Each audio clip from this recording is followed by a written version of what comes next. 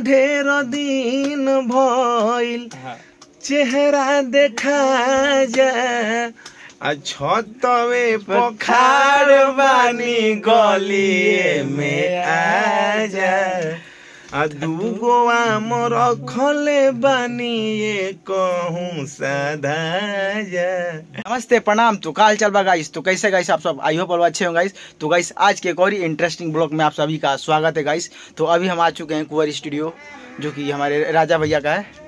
तो गाइस आज आपको मिलाने वाले हैं एसकेडी राजा भैया से, जो कि आजकल बहुत ही वायरल चल रहे हैं।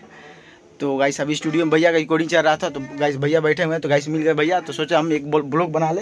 तो ये रहे भैया। तो कैसे हैं भैया आप? एकदम बढ़िया भैया आजकल बहुत ही आप वायरल चल रहे हैं बिहार में। चलिए आप सबका आशीर्वाद बा, और जो भी एक ब्लॉग देखा थे सब्सक्राइब करिए, आशीर्वाद दीजिए। और हमने कभी बाई राजा कुंवर जी के स्टूडियो में यहाँ राजा भैया इधर है और हमारे न्यूज रिपोर्टर। तो भैया आजकल सोनू बाबू बानी रिकॉर्डिस्ट, और पीछे हमारे भाई लोग बा पूरा टीम छठ की तैयारी चल रहा है। तो भैया आजकल क्या आप जादू कर रहे हैं? हमारा मजनुआ पर लड़की की भीड़ है, मतलब क्या सब भीड़ बता कहत नहीं खुद लड़की लोग कहत ऐसा मजनुआ पर लड़की की भीड़ बा, काहे कि देसी शरीर बा, देसी शरीर बा निमन तो कदीर बा, हमारा मजनुआ पर लड़की के भीड़ बा। और तमाम गवाना हमारे बाज रहल बा आप सबका आशीर्वाद से।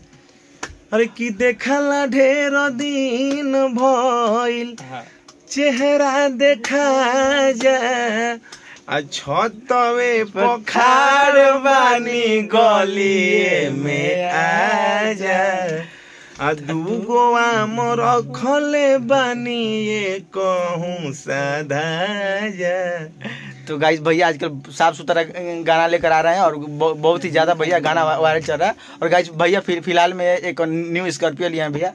हाँ अभी तो हमारे भी स्कॉर्पियो लेनी है। सब व्हाइट कलर का भैया लिए हैं। किसी को मिलना हो तो भैया कहीं मिलेंगे तो भैया को रुका कर आप लोग फोटो खिंचा सकते हैं। भैया मतलब वैसा नहीं है, वो सब जनता का आशीर्वाद है। और राजा भैया आप क्या बोलना चाहेंगे? स्टूडियो के मालिक है हमारे राजा भैया। जनता के आशीर्वाद है, जनता का आशीर्वाद बा। आज के डेट में एसकेडी राज के स्कॉर्पियो राज के 2 हो गई बा। आइरा सब के प्रेम और मेहनत भैया 4 हो जाओ, और इनकर मेहनत बा। और हम कहम कि सब ऐसे ही प्यार आशीर्वाद देते रहिए हर गाना के, कि मनोबल इनकर बढ़त रहो। अभी फिलहाल हमने गाना छुटल बा कि पूछी एगो बात खिसी ओही भूतन आरा रूम पर बोलाई मिले ओही बुकिना। तमाम गाना साफ सुथरा गाना का सुनी जाओ। और गाइस अभी भैया का छठ का रिकॉर्डिंग चल रहा है। खराब रहे 5 दिन से, तो छठ हम थोड़ा लेट हो, छठ हम तो छोड़ दे रहती को सुई लेके 2 सुई लेके आइल बड़न गाना गावे खातिर। बताइए आप लोग के लिए गाइस, आप लोग के लिए मेहनत कर रहे हैं भैया। ऑडियंस है, ऑडियंस को हम लोग भगवान मानते हैं। बताइए इनका तबीयत खराब है भैया का, तो अभी दवा लेकर आए हैं स्टूडियो में गाने के लिए। और हमारे राजा भैया बहुत ही नए सिंगर, भगवान रूपी जनता का आशीर्वाद हम ठीक हो जरूर, सबका आशीर्वाद सब ठीक बानी। सुई ले में तो का हो जी, सुई आदमी के दिया। और हमने के राजा भैया बहुत नए सिंगर लोगों को बहुत ही सपोर्ट करते हैं। तो भैया आप क्या बोलना चाहेंगे नए सिंगर लोगों के बारे में? बस वही कहेंगे, सिर्फ आप मेहनत कीजिए, बाकी सब माँ सरस्वती है और हम लोग है हैं। तो सिर्फ अपना मेहनत कीजिए, जो आपका फर्ज है। हमारा देखिए हमारा टीम है जो कि हमारा है कुंवर स्टूडियो में हम गाते हैं। हमारे कुंवर स्टूडियो हो रिकॉर्डिंग रूम, ये हम गाइला हमारे सोनू बाबू रिकॉर्डिंग करेला। गीतकार हमारे रितेश रोशन, अमित आशिक जी बानी, बड़े भैया शत्रुघ्न शरारती जी बानी, और हमने कंपनी मालिक रमेश सर जी बानी जो एंगल म्यूजिक सब गाना आवेला और ट्यून्स म्यूजिक सब आवेला। तो चैनल सब्सक्राइब करिए। किसी मकान को ओकरा बाद बिल्डिंग खड़ना करने में हमनी के काम रहता है। रॉक जी, रोशन रॉक जी म्यूजिक डायरेक्टर बानी, और आर्या भाई भी कुछ म्यूजिक हम गाइला और गाइला हमेशा गाइला। आर्या सर भाई तो आजकल शंकर भाई कुछ म्यूजिक गाइले वही बोल रहे हैं। सब लोग के मतलब कि हमने के टीम से मिलके काम होता। आप सब टीम का आशीर्वाद दीजिए तक हमने के अच्छा गीत गाइए और आप सब तक पहुंचाएंगे। तो गाइस अभी आपको मिलाते हैं कुंवर स्टूडियो के रिकॉर्डिस्ट भैया सोनू भैया। तो भैया का हाल चाल बा? बहुत बढ़िया बैठे हम अपन सब बताएं। तो भैया आप भी छा गए बा, लेकिन गर्मी छूटता है, खराब हालत ना खराब है। देखिए गाइस हम लोग पूरा पसीने से भीग चुके हैं, तबीयत खराब आप लोग के लिए। और भैया आप क्या बोलना चाहेंगे? कहाँ बोले, बस प्यार दुआ दीजिए हमने के। जितना नया भाई वालों आओ जल्दी जल्दी सीजन के बाद भी सीजन में भी भैया इतना साफ सुथरा गाने पर ट्रेंड कर रहे हैं। तब क्या बोलना चाहेंगे भैया? साफ सुथरा के सबके सपोर्ट करेला, आजीवन बाजेला साफ सुथरा। लोग 4 दिन खातिर बाजता सब, एकनी के फेरा छोड़ी साफ सुथरा गाई सब आप सब। आ जेकरा अंदर ही मानसिकता होके कि हम गलत बाज के स्टार बाजम, तो जीवन में कहियो ना बजबोलो भैया। ठीक है, साफ सुथरा बाजे देखिए बता रहे हैं बात, सरदारी गाइए। देखिए क्या होता है ना कि हर चीज के लिए सीजन बनाया गया है।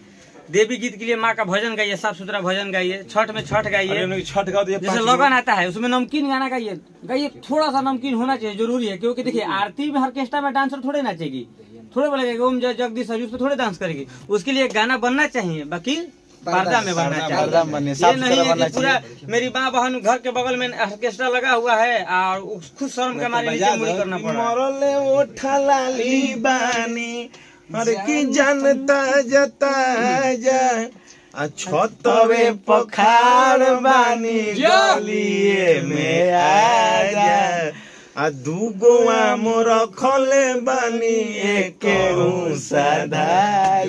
और बताइए इसमें क्या अश्लील है? इसमें ये क्या है? बस चटनी होता है ना, दाल भात। बहुत सारा गाना है, बहुत सारा गाना भोजपुरी इंडस्ट्री में। आप ही जैसे बता रहे हैं, भोजपुरी गाना में ऐसा ऐसा गाना है कि जो अश्लील नहीं है। अब मिलियन मिलियन गया है। पुदीना देख लीजिए, पुदीना एक बिलियन सिंह का, राकेश मिश्रा का जाइना बहरिया, वो का अश्लील चटकार गाना होता है ना। गाना एक गाना है मजनू, इनका देखिए मजनू एक लड़की पे भीड़ का, वो गाना देखिए ट्रेंडिंग में आया। अरे रील पे तो भाई ट्रेंडिंग कर रहा भाई इसका। क्या बोले आप इंस्टाग्राम पे देखिएगा तो 1 मिलियन लोग वीडियो बना चुके हैं। ऊपर क्रॉस करो भैया, क्रॉस करो। तो गाइस अभी मिलाते हैं भैया। जरूरी नहीं है कि गीतकार लोगों से। तो भैया कहाँ का भैया, आप लोग भी आइए भैया। ये मेरे गीतकार जी हैं, सब इनका गाना अभी आरा वाला यही लिखे हैं और माफिया मजनू है। अरे भैया नाम बताइए भैया। हमारा नाम रितेश रोशन। तो भैया का इतना बवाल काहे कर रहे भोजपुरी इंडस्ट्री में? तो बवाल ना करिए, एक बार बम पटक देंगे। बम पटकाई तब न लोग देखिए। तो गाइस हम मस्ती कर रहे थे, ऐसे ही मस्ती नहीं करेंगे बोलोगे तो मजा नहीं आता है। तो भैया क्या बोलना चाहेंगे आप? ऐसा ऐसा हिट देते रहेंगे एकदम। अभी छठ के होता 5 गो गाना। हिट में छठ में क्या देने वाले हैं आप? छठ में सब मैंने छठ में ट्रेंडिंग होगा, हाँ, बवाल होगा एकदम। छठों में कहल बा कोनो चीज सीमा में करे चाहिए। और सबसे बड़ी बात हमारी ये मानसिकता रहला कि जब माई के गीत गाओ तो माई लिखेगा एकदम ठीक बा। और माई गीत गाओ तो उल्टा पुल्टा ना होके चाहिए। भला हम बाजी है ना बजे, 5 को लोग सुने, 5 को हम खुश रही। अभी ना कि वाटर पटर गा के ट्रेंडिंग कर दी तो ये सब हम ठीक ना लगेला। सब साफ सुथरा गीत बा और सारा हम साफ सुथरा गीत जब हाथ नहीं भाई लोग सपोर्ट बा। देखिए सब भाई देखिए रिकॉर्डिंग हो तो ब्यास के गावे के बा, कवि जी के लिखे के बा, हमनी के म्यूजिक बना के सब भाई समय दे रहा है। टीम आया हुआ है भैया का है और सब भाई लोग मेरा बाहर बैठ के वेट कर रहा है अभी लोग। तो बस आता ना भाई के सपोर्ट रही तो ब्यास तो मेहनत करते रही। अब हमनी के बढ़ले बनी जाए, बटालियन कम आई। तो भैया छठ बाद क्या देने वाले हैं आप? छठ बाद धमाका हो, लगन स्पेशल एक से बड़ा धमाका हो। सब गाना 10 गाना रख दे। हम विशेष क्या 10 वीडियो में तो ऐसे तक तबीयत खराब हम जानते कि देख के जानला कब का हो जी। 10 को रख देले डोज बढ़िया बढ़िया दिया आप सबके, एकदम बढ़िया बढ़िया खूब निमन लगे, एकदम साफ सुथरा। जहाँ मन तहाँ बैठ के देखी, कोई दिक्कत ना। माई बहन जो एसकेडी में गार्ड देखिए। अब हेलो बाबू कैसे हो? ये देखिए एसकेडी बाबू का कुंवर जी जो रहले। गाइस हम लोग ब्लॉग इधर ही पे एंड करने वाले हैं। तो भैया ब्लॉग एंड करने से पहले धमाल थोड़ा एक बार सुना दीजिए। चलिए जोरवा के इच्छा बा। हरे किन्नी मन तक कदीर बा होई देसिला शरीर बा हमारा मजनुआ पलई के भीड़ बा गलिए में खड़ा बानी।